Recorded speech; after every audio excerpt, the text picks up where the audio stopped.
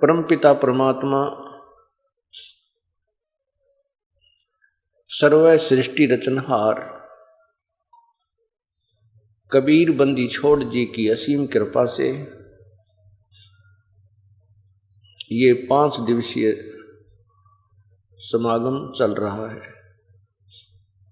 ऐसे शुभ काम उस पूर्ण प्रभु की अपनी रजा से ही हुआ करते हैं और ऐसे शुभ समागम में बहुत ही पुण्य आत्मा, बहुत ही अच्छे संस्कारवादी आत्माएं पहुंच पाती हैं। कहते हैं सकल पदार्थ हैं जगमाही और भाग्य बिना नर पावत नाही।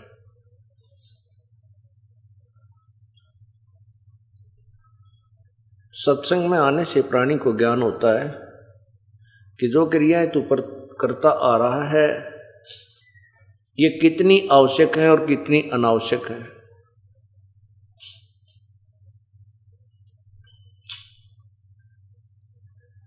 और सत्संग के वचनों को सुनकर ये प्राणी फिर अपना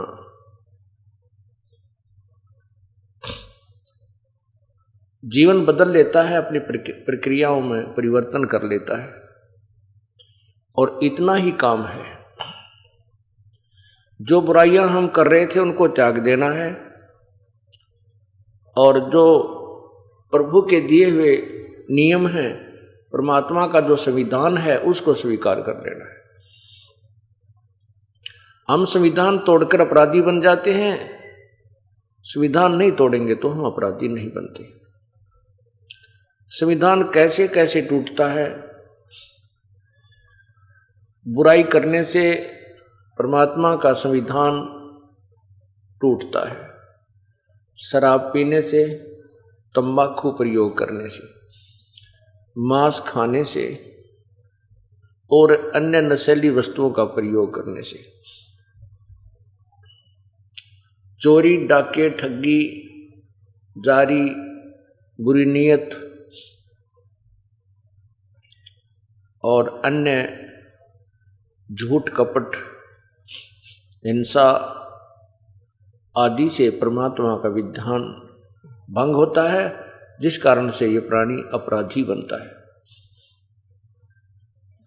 फिर आध्यात्मिक मार्ग के अंदर संतों का एक विधान प्रभु का ही दिया हुआ अन्य है, जिसमें है कि शास्त्र अनुकूल साधनाएं करना, शास्त्र विधि को त्याग कर मनमानी पूजा करना भी अपराध है। शास्त्रों में जो लिखा है कि पूर्ण परमात्मा ही भक्ति योग्य है, उसी की साधना से जीव का कल्याण संभव है, उसको त्याग कर अन्य जो पूजाएं करते हैं वो मूर्ख लोग हैं। पवित्र गीता जी मैं आपको आज दिखाऊंगा, पढ़ के सुनाऊंगा। उस पवित्र सदग्रंथ में क्या अनमोल खजाना भरा है भक्ति का, और हम उसको समझ नहीं सके क्योंकि हमें जो गुरुदेव मिले थे, जो गीता जी के अनुवाद करता थे, वो तत्व ज्ञानहीन थे।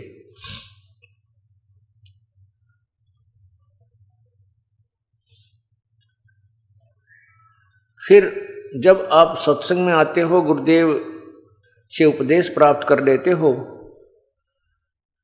एक और विधान है, उसकी कुछ धाराएं और हैं उसी संविधान की।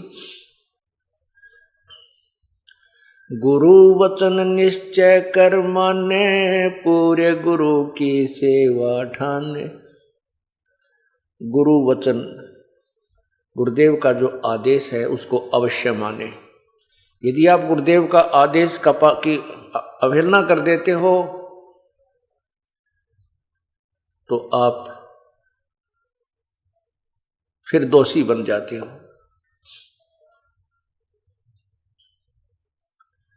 गुरुजी क्या आज्ञा देंगे आपको?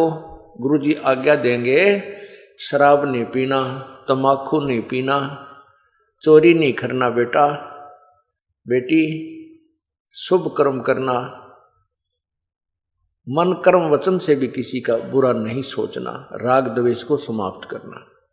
धीरे धीरे कम हो जाएगा, एकदम तो नहीं होता, सत्संग के जो वचन हैं, भक्ति है, ये ट्रीटमेंट है इन सभी विकारों को धीरे धीरे नॉर्मल करने का। कई भक्तजन कहते हैं कि हम तो नाम जब लेंगे काम क्रोध मोह लोभ अहंकार पर काबू पा लेंगे। वैसे क्या नाम लेना, नहीं, ये उनकी भूल है। यदि काम क्रोध मोह लोभ अहंकार पर नाम लेने से पहले काबू आ गया तो भक्ति करने की आवश्यकता है को नहीं। फिर तो वो परमात्मा तुल्य यानी देव स्वरूप आप हो गया। हाँ, नाम लेने से पहले जो विकार त्यागने हैं वो है सुल्फा शराब मांस तम्बाकू सिगरेट बीड़ी आदि के माध्यम से जो भी हम प्रयोग करते हैं, इनको त्याग दोगे। ये भी बहुत ही आपकी बहादुरी है। ये भी आपसे नहीं छूटेंगे, नहीं त्यागे जा सकते हैं। आशीर्वाद संत का चाहिएगा। उस आशीर्वाद कई प्रकार से काम करता है। एक तो आपकी नीत साबित हो जावे, मैं बुराई त्यागना चाहता हूं और आपका उपदेश लूंगा। हे परमात्मा, हे प्रभु, हे कबीर देव जी, और साथ में उन्हीं के नुमाइंदे अपने जिससे वो उपदेश लेना चाहते हैं उस संत को भी साथ रखे और कहे कि मैं उपदेश लेना चाहता हूं, मेरी बुराई नहीं छूट रही है, हिम्मत दो प्रभु। तब परमात्मा का आशीर्वाद उस बच्चे तक पहुंचेगा। यदि उसकी नीत साबित है, वो त्यागना चाहता है, तो प्रभु जरूर मदद कर देगा और छुड़वा देगा। परमेश्वर की कृपा बनाया बीड़ी भी ना छूटे।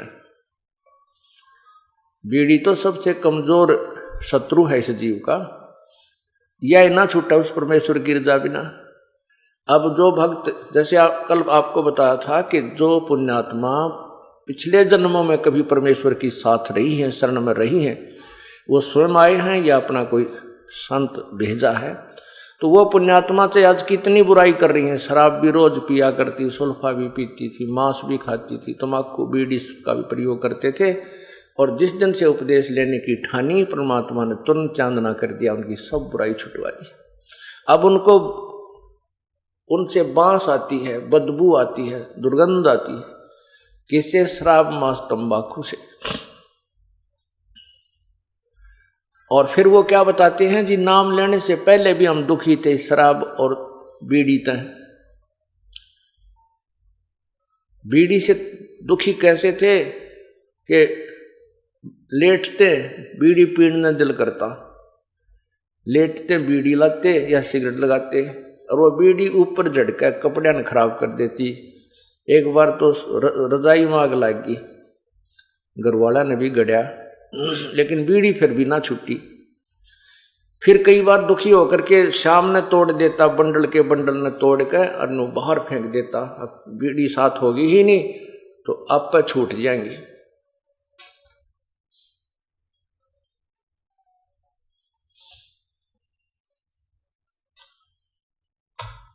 तो वो कहता है कि ऐसे करके हम सामने तक सो जाता, 1-2 घंटे के बाद फिर आंख खुल जाती, नींद से जाग जाता और बीड़ी की ललक उठती। वह झूठे टोटके पड़े पाते हैं ना, कितने छोटे छोटे से, उन ठा के पिया करता, बीड़ी छूटी नहीं। अब कृपा हुई है परमात्मा की, अब बदबू आती है। यदि कोई साथ बैठ कर दूसरा भी पीता है तो हमारे को वो अच्छा नहीं लगता। तो ये कृपा भी परमात्मा की होती है। अब जो भाई ये कह रहा था कि मैं तो काम क्रोध मोह लोभ अहंकार सबको त्याग कर फिर नाम लूंगा, वो आदमी नाम लेना नहीं चाहता या उसको ज्ञान कति नहीं। काम क्रोध लोभ मोह अहंकार ये परमानेंट एनिमी है इस आत्मा के, इस जीव के पक्के शत्रु हैं। और इनसे ना ब्रह्मा जी बच सके हैं, ना विष्णु जी, ना शिव जी। और फिर आम जीव की तो औकात क्या है, इन काम क्रोध मोह लोभ अहंकार से आप पे छुटकारा पाले नहीं हो सकता। इसका एक बहुत लंबा ट्रीटमेंट है। छुटकारा तो होगा लेकिन लंबा ट्रीटमेंट है, जो इस तत्व ज्ञान और इस यथार्थ भक्ति विधि से ही संभव हो सकता है। क्या बताते हैं?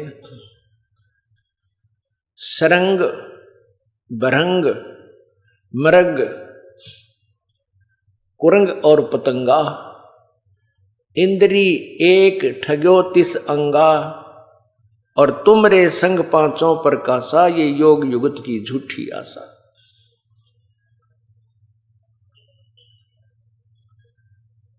क्या बताते हैं कि शब्द, स्पर्श, रूप, रसगंध, ये 5 विकार जीव का लगा रखे हैं इस काल भगवान ने। क्यों लगा रखे हैं? कि ये परमात्मा की भक्ति ना कर ले, वह कभी कोई संत आवे और यथार्थ भक्ति का वो संदेश देवे तो वो उस भक्ति को कर ना सके, और दूसरी जो भक्ति हमारी है उसको ये करते रहें और उसमें ये काम क्रोध में भी लिप्त रहें, तो इनकी यहीं पर जन्म मरण की प्रक्रिया बनी रहेगी। ये सूझबूझ से काल भगवान ने अपने ये विकार लगा रखे हैं।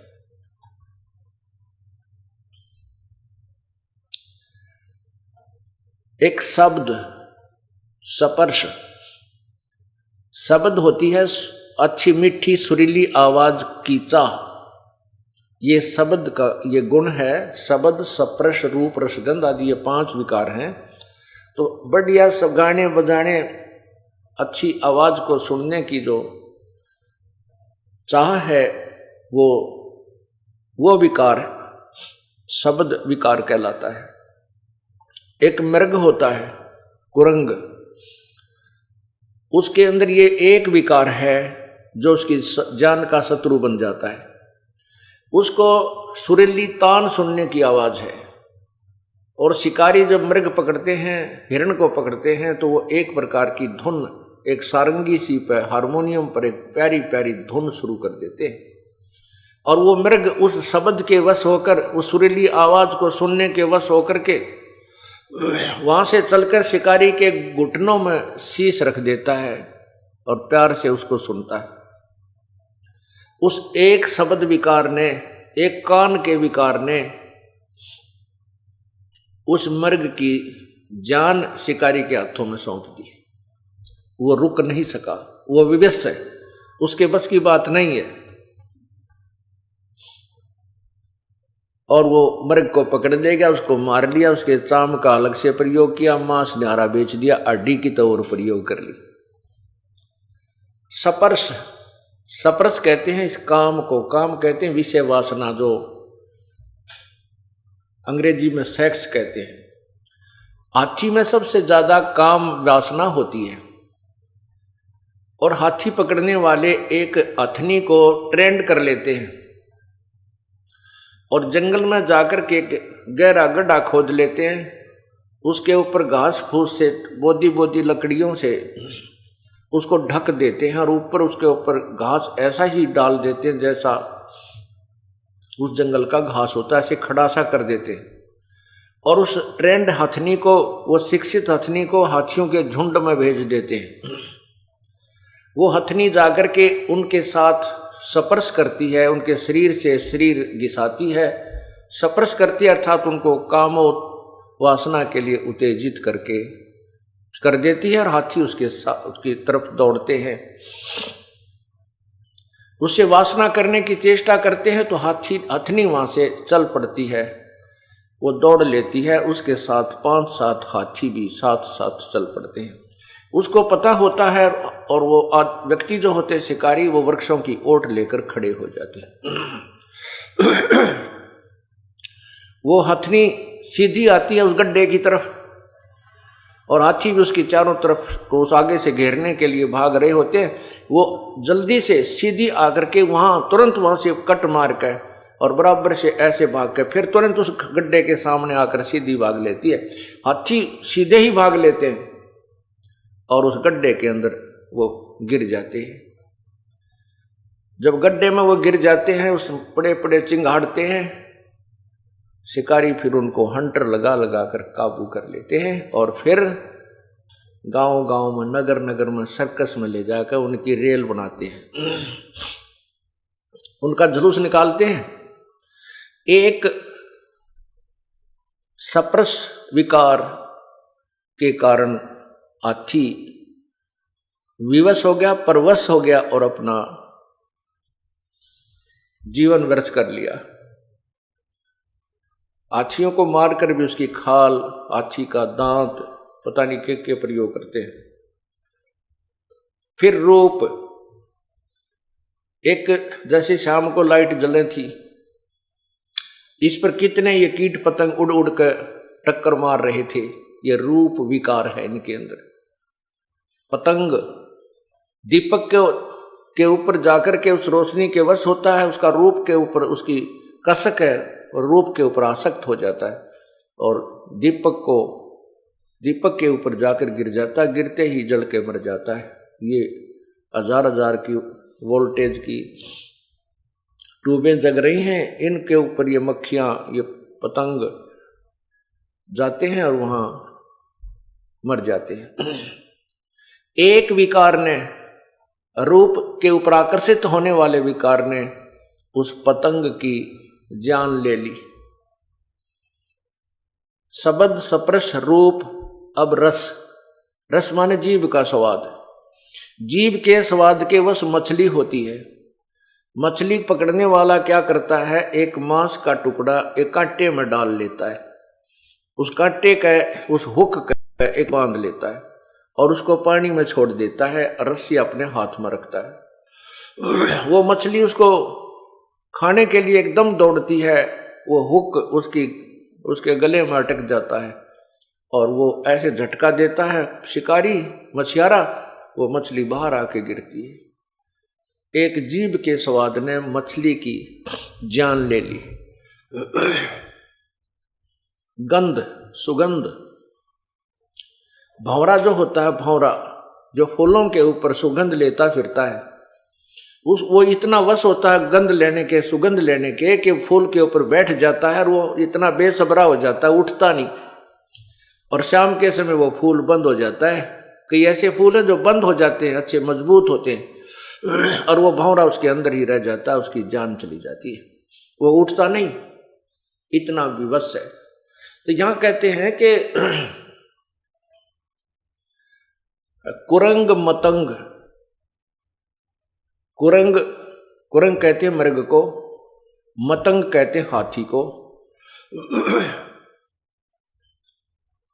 और पतंग रूप, कुरंग मतंग सरंग और भृंगा, इंद्री एक ठगो तिस अंगा। ओए होए, के जैसे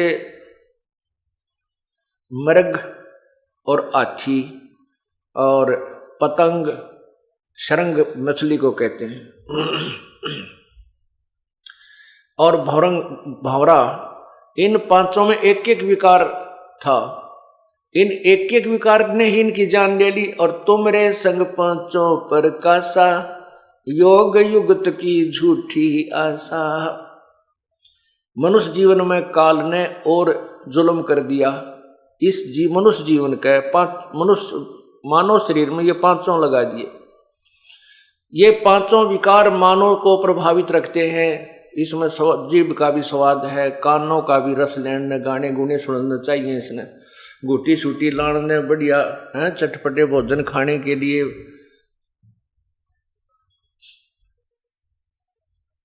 और विषय वासना भी कोई अंत ही नहीं इसके, इस शरीर में। परमात्मा कहते हैं हमें समझाने के लिए,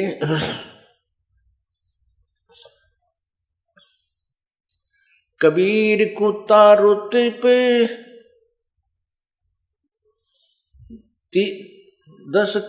30 दिन रहे उजासे,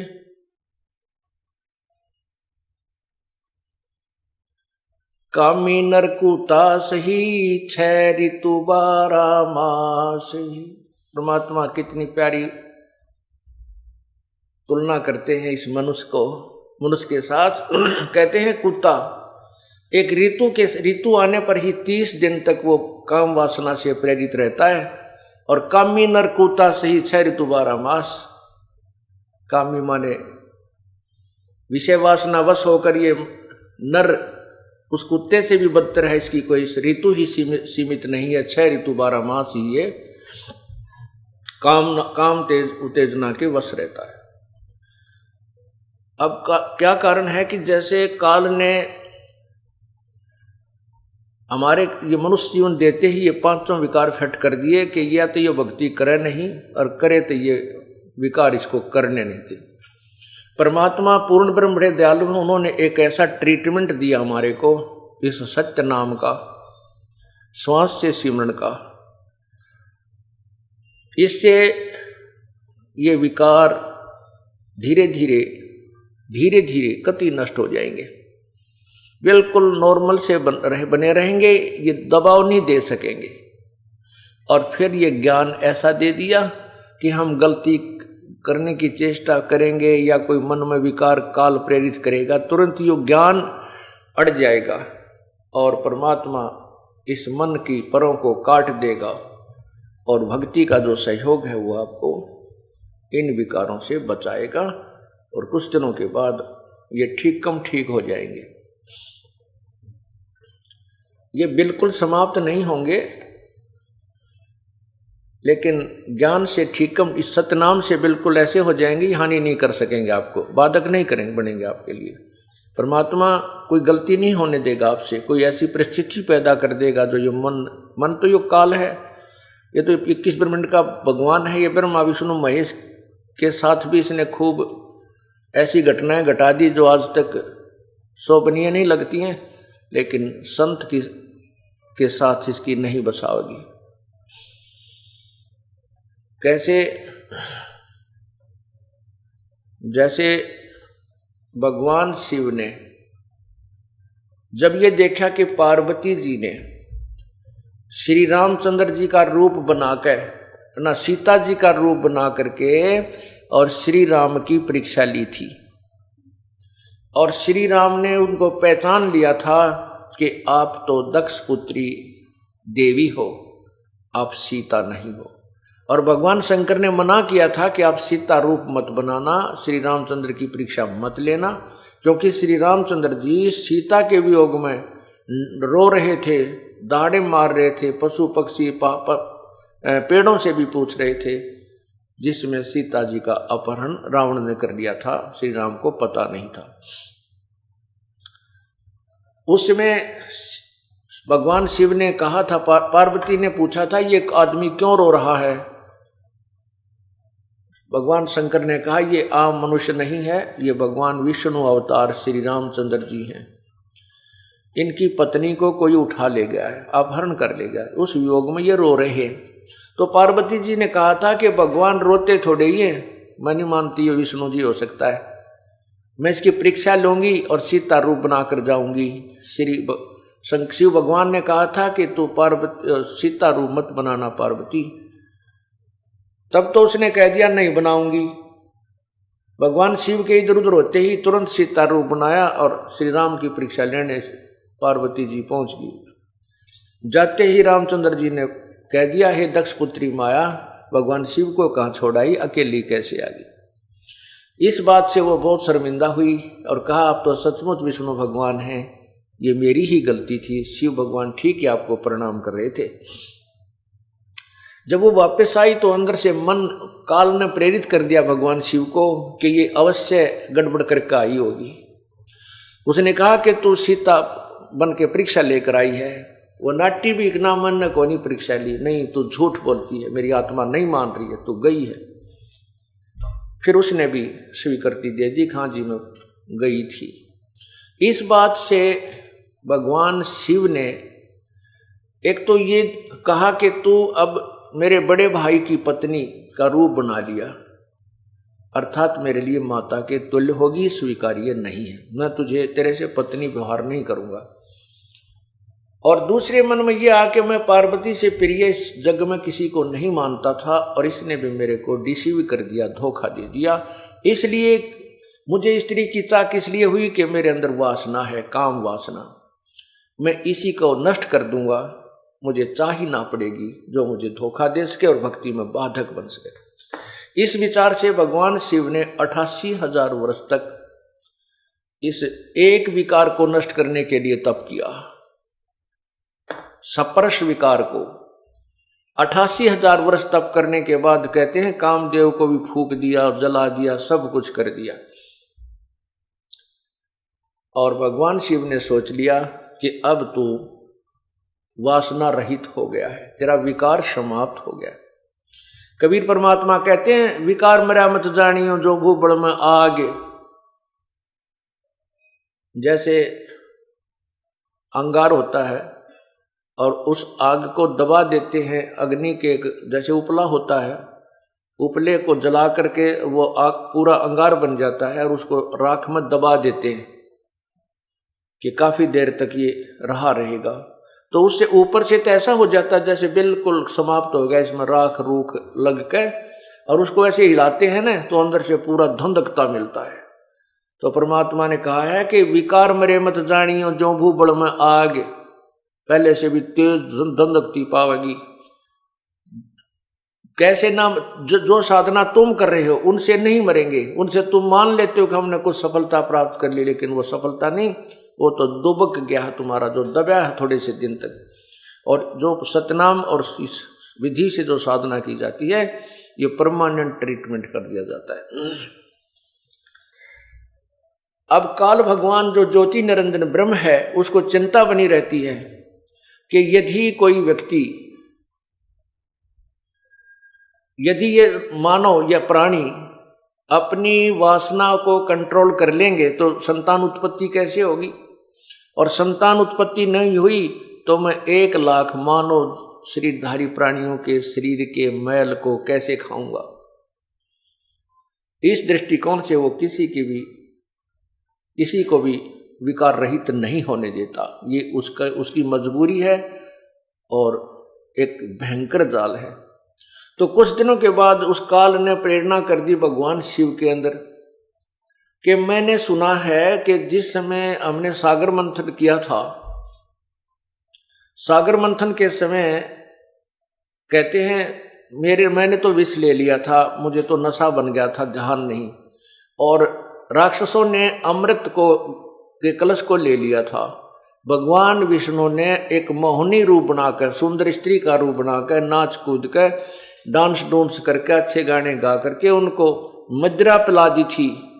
मदिरा का कलश उनको दे दिया, मदिरा पिला दी थी और अमृत के कलश को ले आया था, नहीं तो देवता वो राक्षस अमर हो जाते और देवताओं को सदा दुखी करते। तो उनके मन में तो लोग कहते हैं कि भगवान विष्णु जब मोहनी रूप बना रखा था स्त्री का, बड़े सुंदर लग रहे थे, बहुत ही खूबसूरत। तो उस शिव जी के मन में यह प्रेरणा कर दी काल ने कि आज भगवान विष्णु से मैं वो मोहनी रूप देखूंगा और ये देखना चाहूंगा भगवान कितने सुंदर लग रहे थे मोहनी रूप बना के। इस उद्देश्य को लेकर के भगवान विष्णु के लोक में भगवान शिव चले गए। कुशल मंगल हुई। आने का कारण पूछा विष्णु जी ने, शंकर भगवान ने अपना उद्देश्य आने का बता दिया कि मैं आपका वो मोहनी रूप देखना चाहता हूं जिस समय आपने सागर मंथन के समय बनाया था। विष्णु जी हंसने लगे, कहने लगे भोलेनाथ वो कोई समय था, मोहनी रूप बना लिया, बार बार थोड़ी औरत बना जाता है, वो तो कोई समय था भाई। शंकर भगवान बोले नहीं भगवान, मैं तो बैठ गया आपके द्वार पे, जब तक मोहनी रूप नहीं दिखाओगे मैं नहीं जाऊं। भगवान विष्णु ने सोचा ये तो भाई पक्का दुनका है, 88,000 वर्ष तक ही बैठा रहा, और जब मैं इसको यहाँ से नहीं कोई इसका उद्देश्य पूरा नहीं करूंगा तो ये बैठ जाएगा यहाँ पर, ना मेरा कितने दिन बैठा रहेगा। भगवान विष्णु कहने लगे कोई बात नहीं, कुछ देर में मैं आपको मोहनी रूप दिखाता हूं, आप बैठो यहाँ। यूं कह करके अपने मकान महल में चले गए। उधर से अंतर ध्यान होकर के जहां शिव जी अकेले बैठे थे, बाहर बरंडे में, आगे सामने मैदान और बाग बगीचा था। विष्णु जी एक सुंदर लड़की का रूप बना करके एक पेड़ के नीचे खड़े हो जाते हैं जिसमें ऐसे वस्त्र थे जो अर्धनग्न शरीर हो।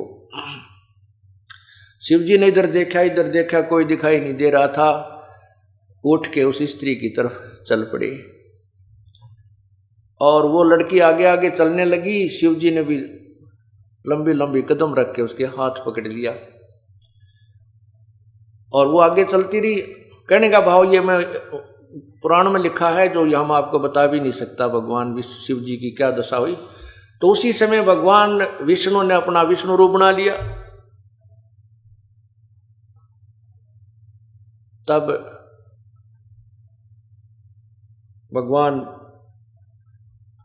शिव जी शर्मिंदा से हो गए। अब परमात्मा याद दिलाते हैं कि ये जिस विकारों को, विषय वासनाओं को तुम समाप्त कहते हैं, जैसे अग्न काष्ठ के माही है व्यापक परदिश नाही, ऐसे कामदेव पर चंडा व्यापक सकल दीप नौखंडा। जैसे अग्नि काट के माही, काट में अग्नि है पर दिखती नहीं, और जब इसको अग्नि लगा दी जाएगी तो पकड़ पाटेगा, यानी आगे आग हो जाएगी। ऐसे ही ये विषय वासना प्रत्येक प्राणी के अंदर विद्यमान है व्यापक पर दिशे नाही, ऐसे काम देव प्रचंडा व्यापक सकल दीप नौखंडा।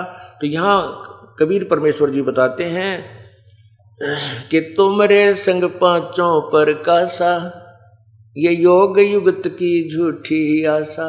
तुम्हारे अंदर ये पांचों विकार विद्यमान है, तुम योग युगत यानी विकार खत्म करने की, आप कहते हैं योग विकार खत्म करके ही योग युक्त हुआ जाता है। विकार तुम्हारे समाप्त हो ही नहीं सकते, योग युक्त तुम हो नहीं सकते, इसलिए योग युक्त नहीं हो सकते। देयरफॉर इसलिए आपका जीवन जो है या भक्ति भी व्यर्थ और आपका जीवन भी व्यर्थ, आपका उद्देश्य भी गलत है। जो तो आप सोच रहे हो कि मोक्ष प्राप्त कर लेंगे या परमात्मा से संपर्क कर लेंगे, क्योंकि आप कहते हो विकार जब तक समाप्त नहीं होंगे हम भक्ति पर लगेंगे नहीं। और विकार समाप्त करने के लिए कौन से विकार? जो अंतःकरण के विकार, एक बाहर के विकार जो आपको पहले बताया, शराब मांस तंबाकू चोरी ठगी बकवाद, ये माड़ी नीत करना, ये बाह्य विकार है। अंदर के विकार, ये पांचों विकार समाप्त करने के लिए आपको एक लंबा ट्रीटमेंट आजीवन करना होगा। कौन सा है? राम नाम रटते रहो जब तक घट में प्राण, कभू तो दीन दयाल के भनक पड़ेगी कान। अंतिम श्वास तक ये ट्रीटमेंट आपको लेना पड़ेगा। कौन सा? सत्संग सुनना और धर्म यज्ञ, ये पांचों यज्ञ करना, परमात्मा का जो मंत्र है इन तीनों मंत्रों का जाप करना, और इस प्रकार आप इन विकारों से रहित रहोगे, परमात्मा प्राप्त कर सकते हो। अब हम उसी कहानी पर आते हैं, उसी कथा पर आते हैं जो कि कल अधूरी छोड़ी थी। त्रेता युग में पूर्ण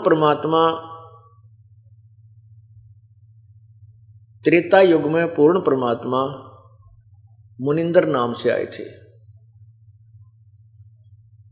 और द्वापर युग में पूर्ण परमात्मा करुणामय नाम से आए थे, सतयुग में सत्सुकृत नाम से आए थे। अब हम करुणामय रूप में जब वो आए थे द्वापर युग में, और द्वापर युग में श्री कृष्ण जी की भी भूमिका थी जो विष्णु अवतार थे। कल आपने सुना है, जैसे कल प्रकरण चल रहा था कि गीता जी का ज्ञान श्री कृष्ण जी ने नहीं कहा, गीता जी का ज्ञान काल ने कहा। वो प्रमाणित भी आपके सामने किया गया। अब उसी प्रकरण में एक उदाहरण और देते हैं आपको कि गीता जी का ज्ञान श्री कृष्ण जी ने नहीं, काल ने कहा था। कैसे? गीता जी अध्याय नंबर 2 के मंत्र 37 और 38 में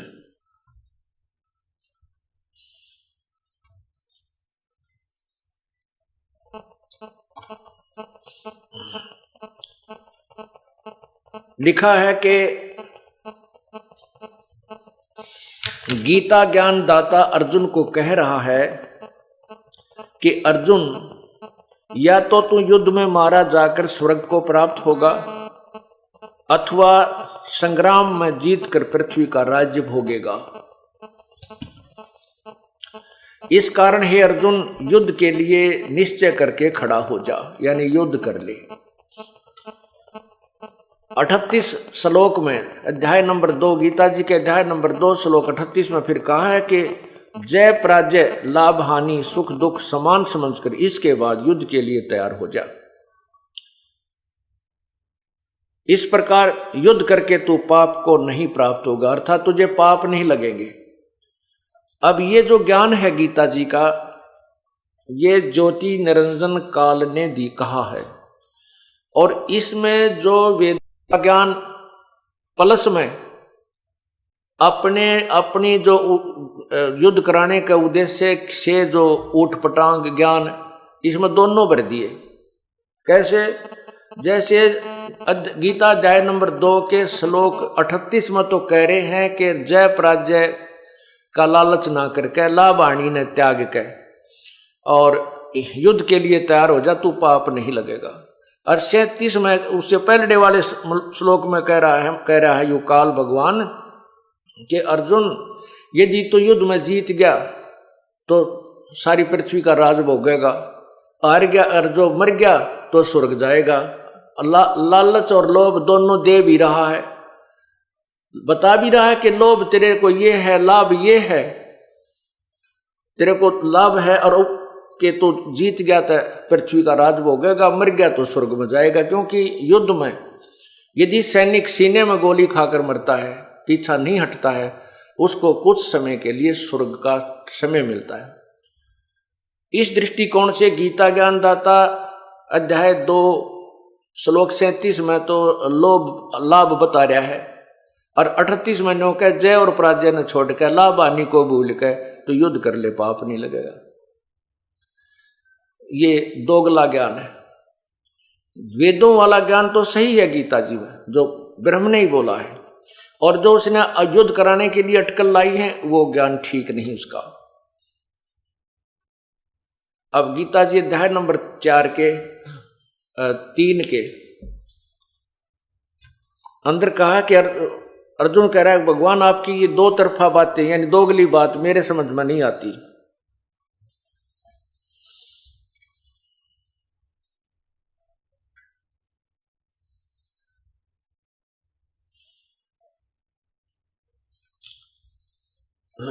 गीता अध्याय 5 के मंत्र 1 में श्लोक 1 में कहा है कि कभी तो आप कहते हो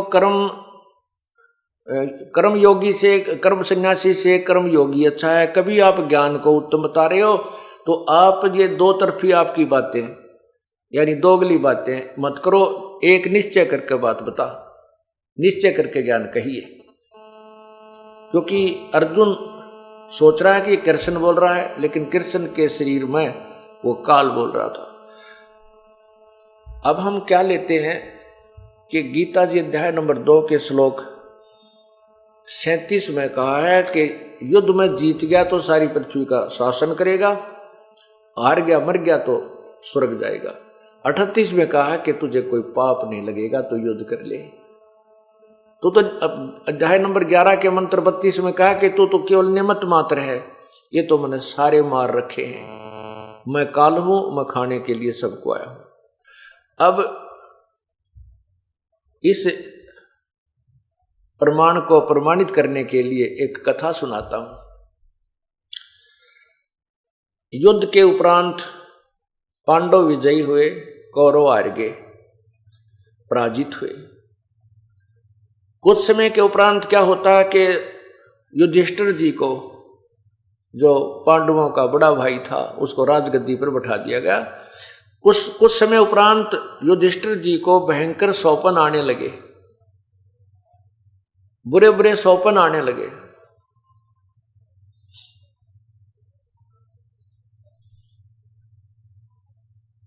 कैसे सौपन आते हैं कि कुछ ऐसे व्यक्ति दिखाई देते हैं जिनके शीश नहीं,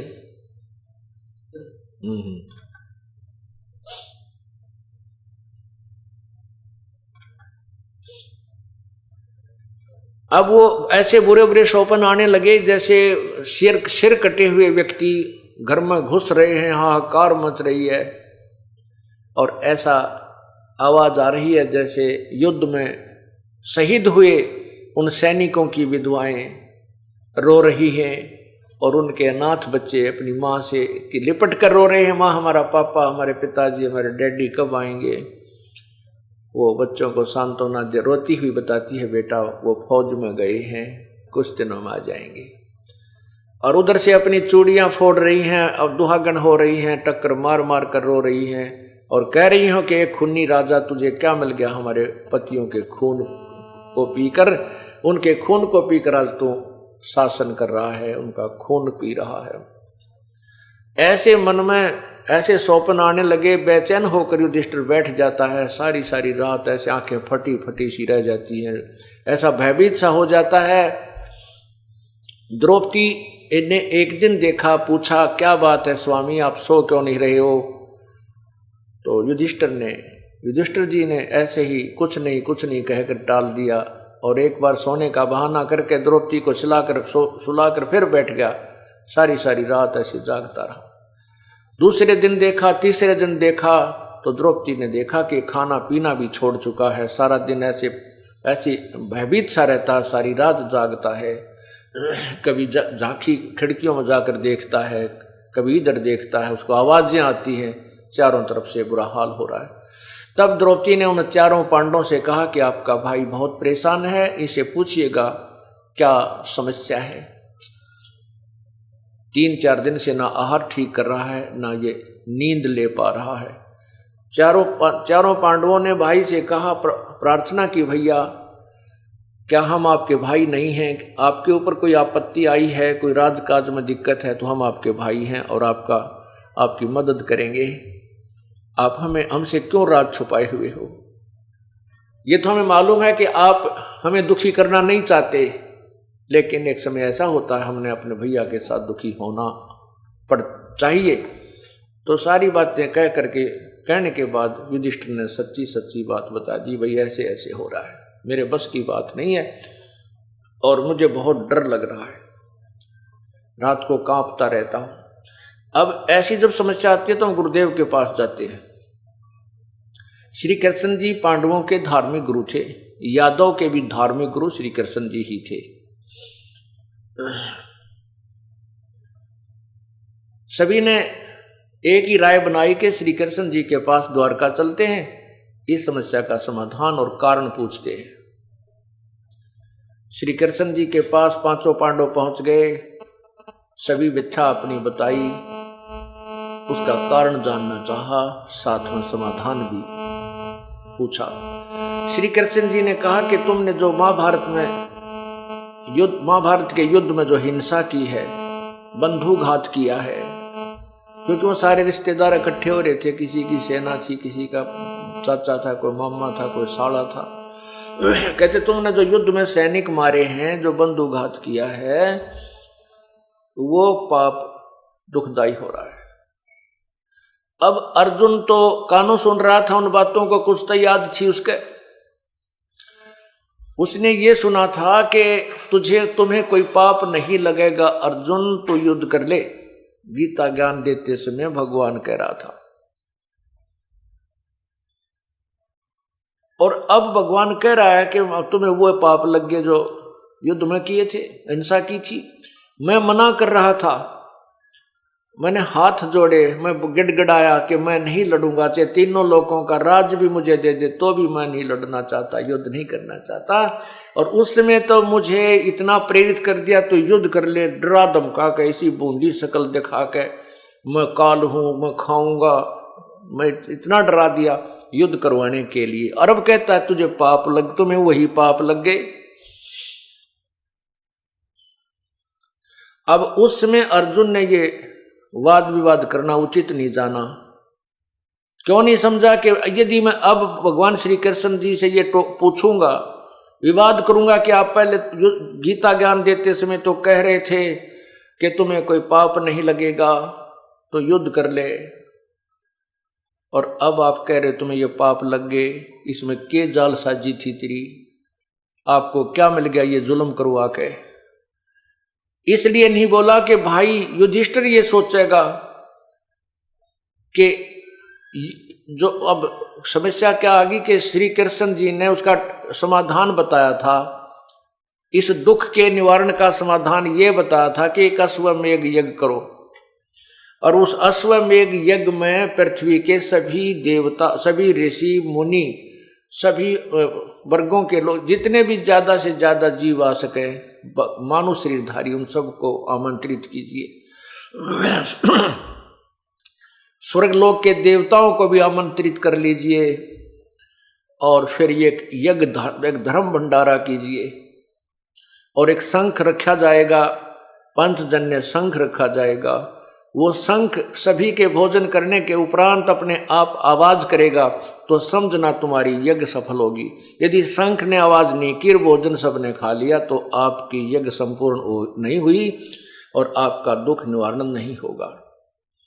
अब इतने बड़े समागम, इतने बड़े अनुष्ठान में करोड़ों लाखों रुपए लगने थे, उस समय के लाखों रुपए। तो अर्जुन ने सोचा यदि मैं अब डिस्कस करूंगा, मैं वाद विवाद करूंगा श्री कृष्ण जी से, तो भाई युधिष्ठिर ये जानेगा कि इसमें लाखों रुपए लगने हैं, और भाई मेरे ट्रीटमेंट होने में प्रसन्न नहीं है। अब इनको पैसा लगता दिखाई दे रहा, इसलिए वाद विवाद करने लग गए। और अर्जुन को मालूम था कि युधिष्ठिर पक्का है धुन का। यदि इसके मन में ये बात आ गई कि इसलिए वाद विवाद हो रहा है कि कहीं खर्च ना हो जा, तो ये ट्रीटमेंट नहीं कराएगा, ये उपचार नहीं कराएगा और मर ही सकता है। अपने भाई के नेचर से परिचित होने करके, स्वभाव से परिचित होने करके अर्जुन नहीं बोला, और वो अंदर जो उठी थी एक प्रेरणा, उसको दाब लिया, दबा करके कहा प्रभु जो आज्ञा दोगे वही होगा। अब यज्ञ की तैयारी होगी, श्री कृष्ण जी भी आगे। उस यज्ञ में 33 करोड़ देवता, 88,000 ऋषि, 12 करोड़ विप्र ब्राह्मण, 9 नाथ, 84 सिद्ध, ये महात्मा गोरखनाथ जैसे, मच्छंद्रनाथ जैसे,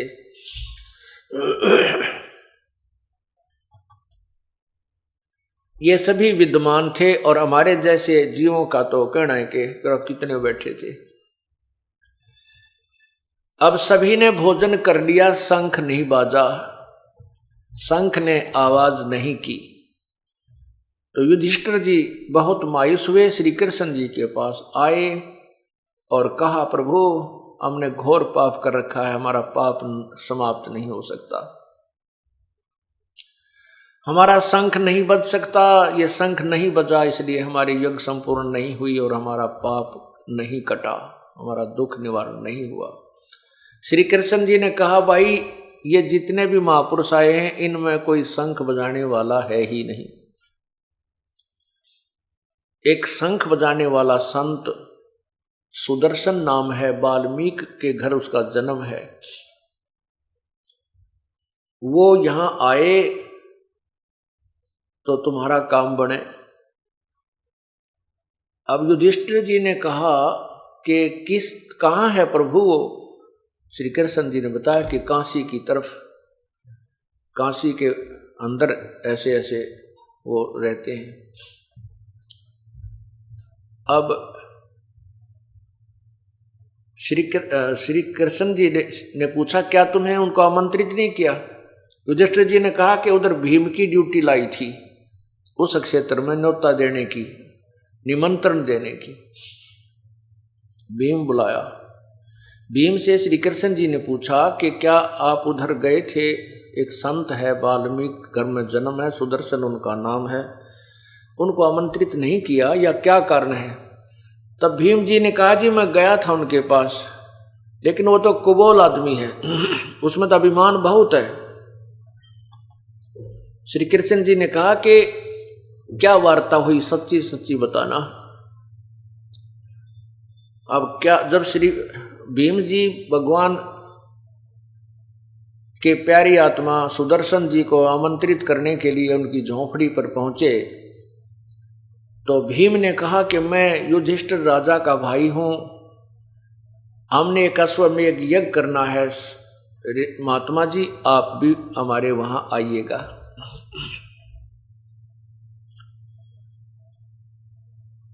तब सुदर्शन जी ने कहा था कि भीमसेन, जो तुम्हारे अन्न को खाएगा वो लाखों वर्ष नरक में रहेगा। ऐसे लाखों बहन विधवा होगी, लाखों बच्चे आज अनाथ हैं और वो रो रहे हैं, हाहाकार मची है, और आप उस राज्य का उन सैनिकों के खून को पी रहे हो। तुम्हारे अन्न को भी जो खावेगा वो भी नरक में जाओगा, तुम्हारा तो कहना ही क्या है।